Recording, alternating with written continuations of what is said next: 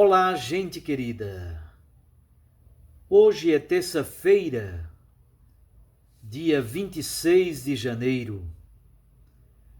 A igreja celebra a memória de dois santos companheiros missionários de São Paulo apóstolo.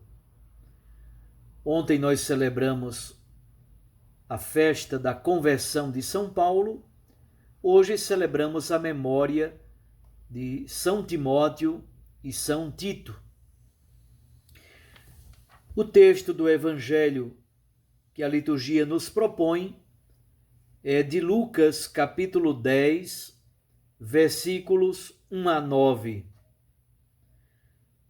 Naquele tempo, o Senhor escolheu outros 72 discípulos e os enviou 2 a 2 na sua frente a toda cidade e lugar aonde ele próprio devia ir.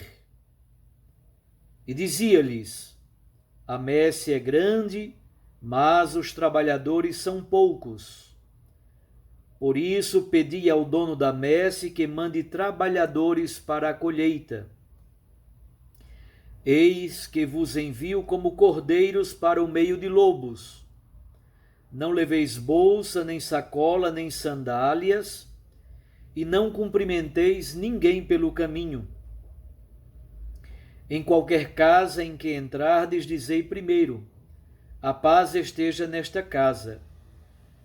Se ali morar um amigo da paz, a vossa paz repousará sobre ele. Se não, ela voltará para vós. Permanecei naquela mesma casa, comei e bebei do que tiverem, porque o trabalhador merece o seu salário. Não passeis de casa em casa. Quando entrardes numa cidade e fordes bem recebidos, comei do que vos servirem, curai os doentes que nela houver, e dizei ao povo: o reino de Deus está próximo de vós. Palavra da salvação. Glória a vós, Senhor. Minhas irmãs e meus irmãos, São Paulo, em sua atividade missionária, criou uma imensa rede de colaboradores e colaboradoras.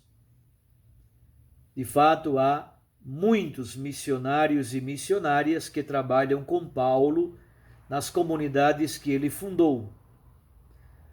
Só que entre eles há alguns que são mais próximos, de um círculo mais imediato, colaboradores de Paulo, por exemplo, Timóteo e Tito. Mas também Silvano, Áquila e Priscila. Estes estão muito próximos de Paulo, Apolo e tantos outros. No capítulo 16 da carta de Paulo aos Romanos, ele faz uma lista de vários cristãos, colaboradores e colaboradoras que atuam na missão. Os estudiosos, entre as cartas paulinas e o livro dos Atos dos Apóstolos, encontram mais de 50 que aí são nomeados. Timóteo está muito próximo a Paulo. Ele, por exemplo, é citado no endereçamento de várias cartas que São Paulo escreve, como estando próximo a Paulo. Paulo manda a carta, ele e o irmão Timóteo. Isso vocês podem ver no início da segunda carta de Paulo aos Coríntios, na carta aos Filipenses, na carta aos Colossenses, na primeira carta aos Tessalonicenses, na segunda carta aos Tessalonicenses. Timóteo está muito associada à comunidade de Éfeso. Ele teria evangelizado, tomado conta, estado à frente das comunidades cristãs em Éfeso. Ele, portanto, seria o episcopo, o supervisor, o bispo daquelas comunidades ali em torno de Éfeso, em torno do vale do rio Lico, E Tito está muito associado à comunidade de Creta, uma ilha que está ao sul da Grécia. Colaboradores de primeira hora do apóstolo São Paulo. É por isso que a liturgia escolheu esse texto tão bonito do envio dos 72 discípulos para fazer jus ao trabalho missionário de Timóteo e Tito. Portanto, temos o texto do envio dos 72 discípulos em missão. Primeiro, o número 72. 72 equivale a 6 vezes 12. 12 é o número do povo de Deus, seja do Antigo Testamento, as 12 tribos de Israel, seja do Novo Testamento, os 12 apóstolos, multiplicado por 6, ou seja, estamos começando a 7ª geração missionária. Com o envio dos 72 discípulos, abre-se, portanto, o trabalho missionário dos cristãos no território não somente mais do judaísmo, mas agora no território pagão. Vocês recordem que Jesus enviou os 12 apóstolos. No Evangelho de Lucas, além de enviar os 12 apóstolos em missão, ele envia também os 72 discípulos. Portanto, os 12 simbolizam a missão junto aos judeus, os 72 discípulos simbolizam a missão em todos os territórios gentios, pagãos. E eles são enviados 2 a 2, porque para o mundo da Bíblia são necessários 2 homens, 2 pessoas, para que o testemunho seja verdadeiro e fidedigno. Jesus então pede primeiro que nós oremos pelas vocações, para que surjam muitos missionários e missionárias. O trabalho do reino de Deus, o trabalho da messe é grande. Os trabalhadores, os operários são poucos. A messe significa a roça de Deus. Os trabalhadores para esta roça ainda são poucos, ainda hoje. Portanto, a primeira coisa que Jesus nos pede é que nós devemos orar. Nós devemos pedir ao dono do roçado, ao dono da roça, que é Deus, que mande muitos trabalhadores e trabalhadoras para a sua tarefa, a sua missão, a sua messe, a sua roça. A segunda coisa importante é que no versículo 3, Jesus nos diz que o ambiente da missão muitas vezes será um ambiente hostil. Eu vos envio como cordeiros para o meio de lobos. Ora, o Evangelho de Lucas foi escrito no ano 85 aproximadamente. Já havia acontecido a perseguição de Nero na década de 60. Pedro e Paulo já tinham sido martirizados. Tiago já tinha sido martirizado. Estevão já tinha sido martirizado. Portanto, a missão cristã que se espalha pelo mundo afora acontece também num clima de tensão, num clima de conflito, num clima de perseguição. Versículo 4, Jesus fala do despreendimento, do espírito de pobreza e de despreendimento e da confiança absoluta na providência de Deus. Não leveis bolsa, nem sacola, nem sandálias, nada. É verdade que o operário é digno do seu sustento, da comida, do seu sustento, mas os trabalhadores da roça do reino de Deus não devem se preocupar com ajuntar tesouros neste mundo.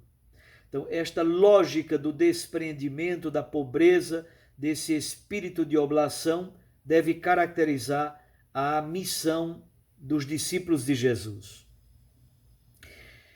Versículos 5 a 7, há uma série de recomendações sobre a casa. Na mesma linha, já que o cristão missionário não deve buscar favores, riquezas, recompensas. Por isso mesmo, ele deve entrar na casa que o receber e pregar aquilo que Jesus oferece como a primeira grande mensagem dos missionários e missionárias: a paz esteja convosco. Isto é, não deve passar de casa em casa, Os charlatães saem de casa em casa procurando as casas mais ricas, onde vai ganhar mais dinheiro. Os missionários cristãos não. Entre numa casa, permaneça ali, coma aquilo que oferecer. É verdade que o trabalhador é digno do seu salário, mas não se deve buscar favores, recompensas, riquezas, bens materiais, ajuntamento de dinheiro. Versículos 5 a 7 são orientações sobre a casa que deve receber os missionários. Entre numa casa, permaneça nessa casa e ofereça a primeira e grande mensagem do Evangelho, que é a paz. A paz esteja nesta casa. A paz como símbolo da bênção, o shalom de Deus, que é tudo aquilo que alguém pode desejar de bem, de belo para a vida do outro. E finalmente, versículos 8 e 9, trata-se agora do acolhimento ou do não acolhimento. Se a cidade acolher o missionário, com meio do que vos servirem, curai os enfermos e pregai a palavra.